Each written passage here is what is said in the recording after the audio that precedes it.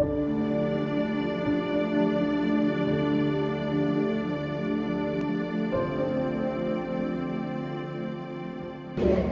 damos la bienvenida a la presentación del libro Ética para Sofía de Héctor Sevilla. Y lo primero que veo es una obra empática, cercana y entrañable, escrita por un mexicano a su hija mexicana, adolescente, y esto se sienta para mí un puente de comprensión importante y me siento cercana a la obra. Les voy a contar por qué.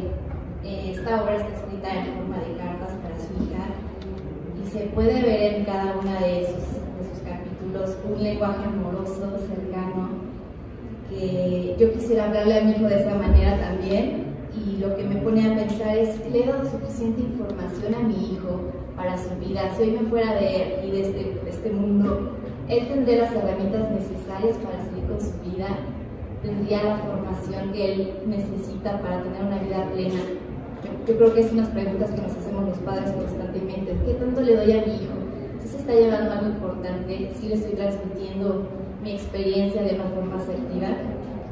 Tiene una habilidad asombrosa para bajar conceptos muy complejos a frases simples que uno puede entender, y también un adolescente. Lo pone al alcance de su mano y decir, mira, este es el pensamiento de la humanidad, tú también puedes desarrollar tu pensamiento y puedes crear tu propia manera de ver la vida. Puedes ser crítico, puedes tener una capacidad de decidir y de afrontarte al mundo con más seguridad y decidir en responsabilidad. Creo que es algo que queremos los papás, que mi hijo pueda decidir con responsabilidad y tener una vida plena a partir de vivir su propia experiencia y sus valores. Entonces, como madre, para mí fue una gran herramienta y creo que lo será para las mamás que lo puedan tener en sus manos. Esto es algo muy importante en este libro porque va compartiendo con su hija lo que él es. No lo que quiere que haga su hija, no lo que debe hacer, es lo que Dios nos pone. Me parece que la invitación que nos hace Héctor, la invitación a la que ella hace a Sofía, se extiende no solo a chicas y chicos adolescentes, o a los padres, madres e instituciones educativas en general, sino a toda persona interesada en conocerse para conocer, aceptarse para aceptar, valorarse para valorar, amarse para amar y transformarse para transformar. No se pierdan este libro.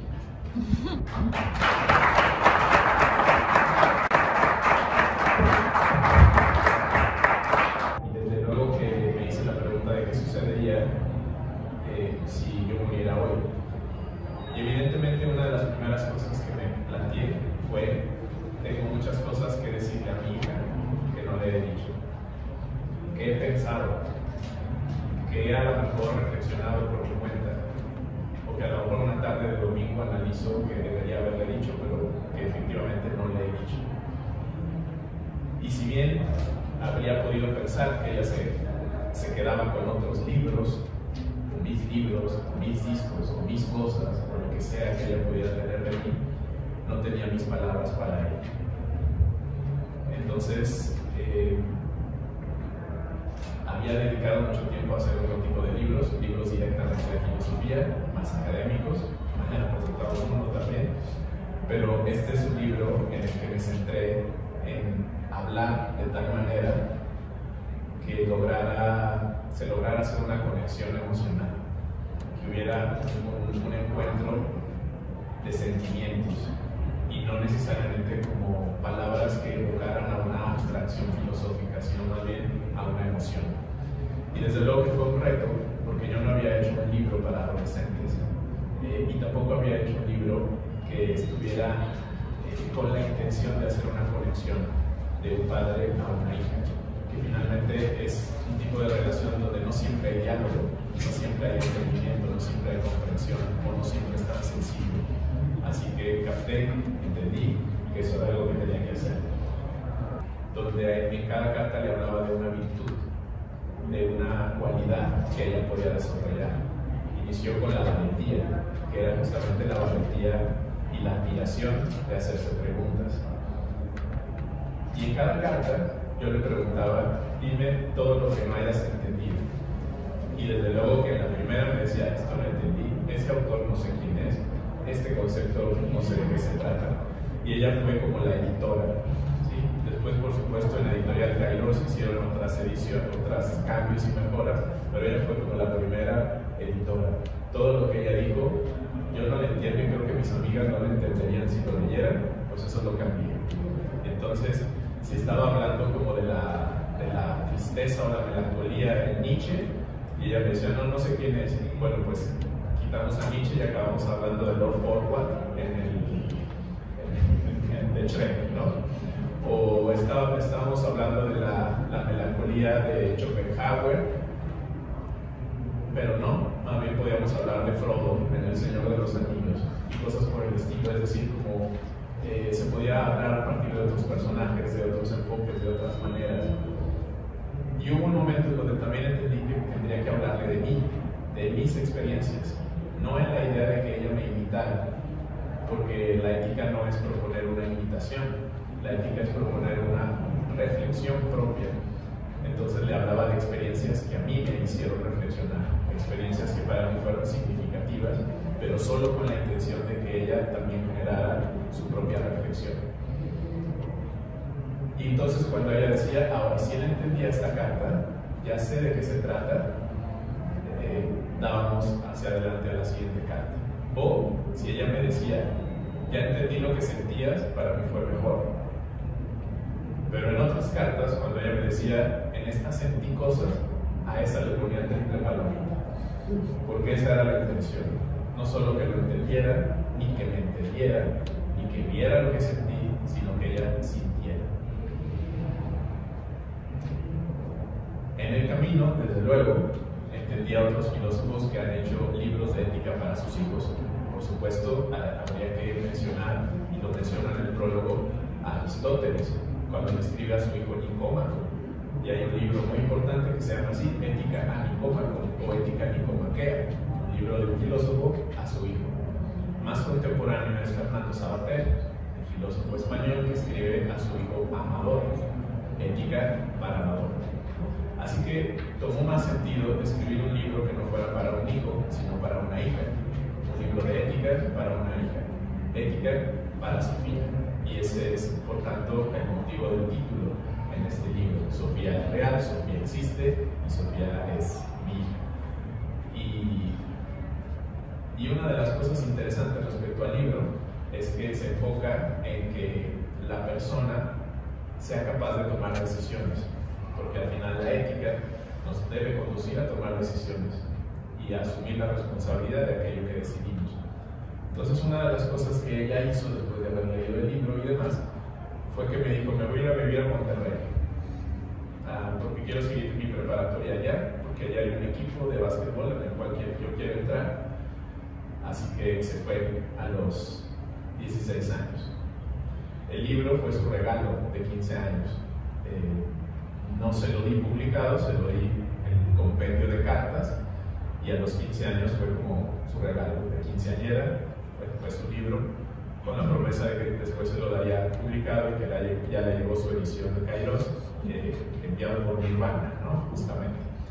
Y ella ya lo volvió a leer y de hecho ya lo está ya promocionando con sus amigas, y ha sido muy significativo que sus propias amigas dicen, cuando yo lo leo, siento como si hubiera una voz que me habla, que no es mi papá, porque mi papá igual no me habla de ese modo, pero sí siento una voz paternal. Y para mí eso ha sido muy significativo porque honestamente esa era la intención, que a la hora de leer el libro, la persona quizá comienza preguntándose qué le habrá dicho Héctor Sevilla a Sofía, pero a lo mejor al segundo capítulo desaparece Sofía y desaparece Héctor Sevilla, y es más bien una voz que habla a la persona, al lector, una voz que no está diciendo qué hacer, es algo que no se dice en el libro nunca dice haz esto es lo correcto, esto es lo bueno. El libro lo que dice es ¿qué piensas de esto? Reflexiona sobre esto, podrías considerar estas cosas. El libro invita a que se despierte una especie de voz interior, que justamente es una voz de la conciencia que posiblemente está adormecida, pasiva, y que la lectura del libro tiene la intención de que se despierte y de que confronte de que nos haga sentir conectados a algo, quizás a nuestra propia voz. Tuve que dejar algunas cosas para hacer este libro, y una de las cosas que dejé a un lado es intentar que fuera un tratado de filosofía. Entonces, eso no es un tratado de filosofía, ni está escrito como para generar admiración en filósofos. Es más bien un tratado de reflexiones filosóficas que pueda ser leído para adolescentes, por adolescentes. Y creo que es el libro donde también termino hablando más directamente, o más desde otro tipo de corazón sintiente que no necesariamente la mente. Ahora, el contenido del libro son 25 cartas, cada carta es un capítulo, y en cada una de esas cartas hay invitaciones, se cierra siempre con preguntas prácticas.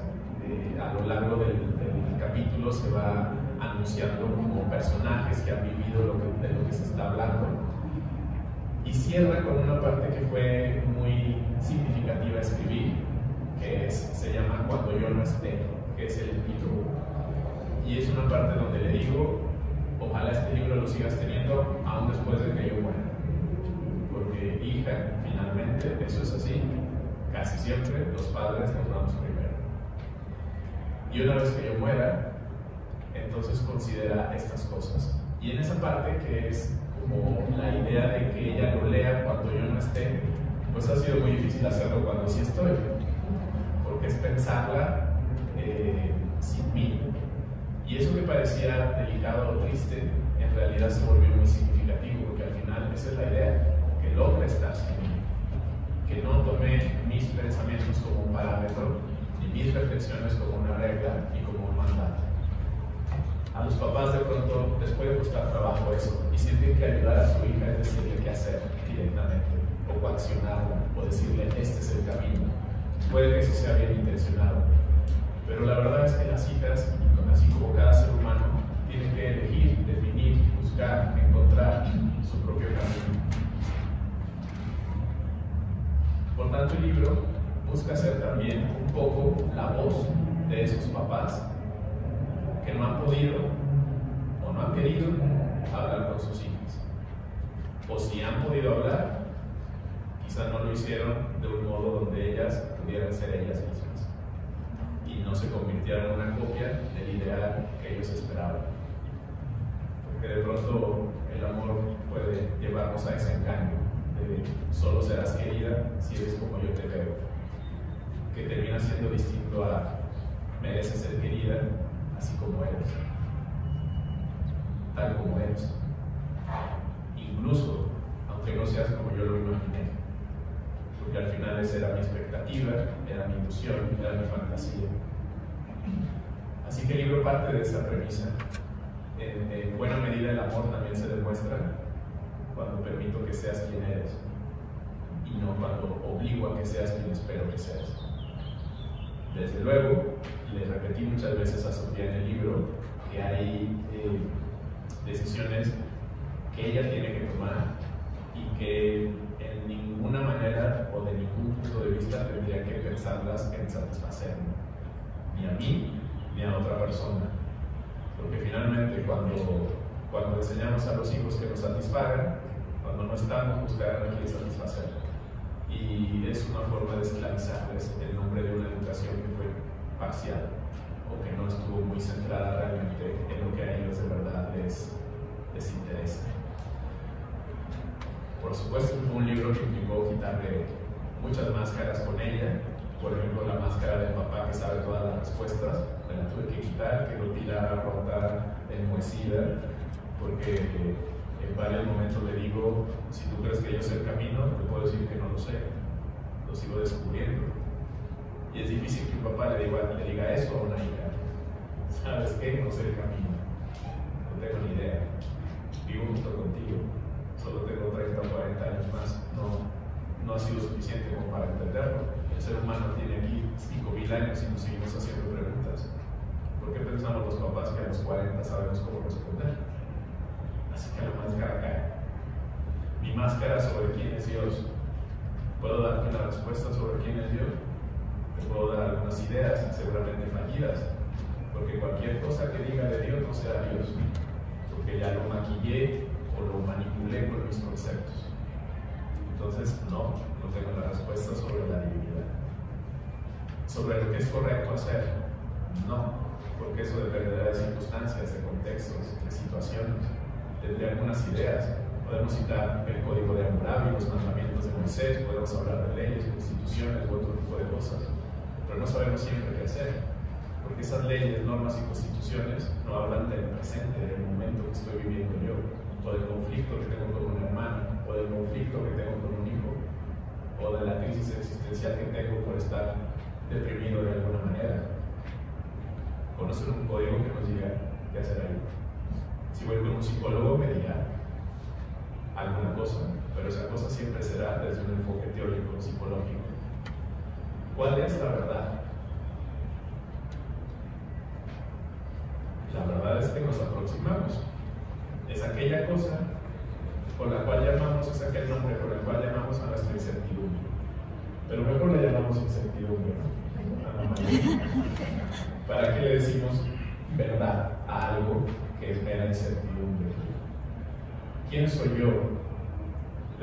Podemos seguir hablando que tenemos un yo, pero a lo mejor es solamente una máscara más.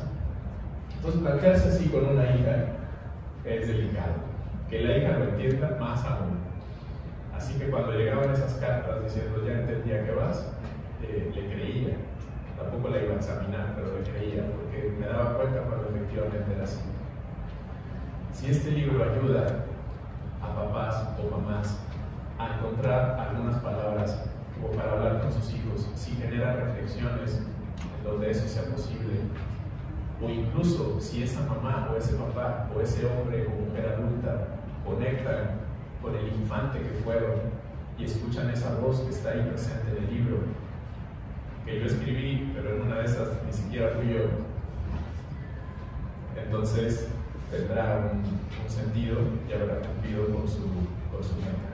Ética para Sofía no es para Sofía, es para toda persona sintiente, pensante, que esté interesada en darse cuenta que sus pensamientos pueden ser aún más agudos y más críticos.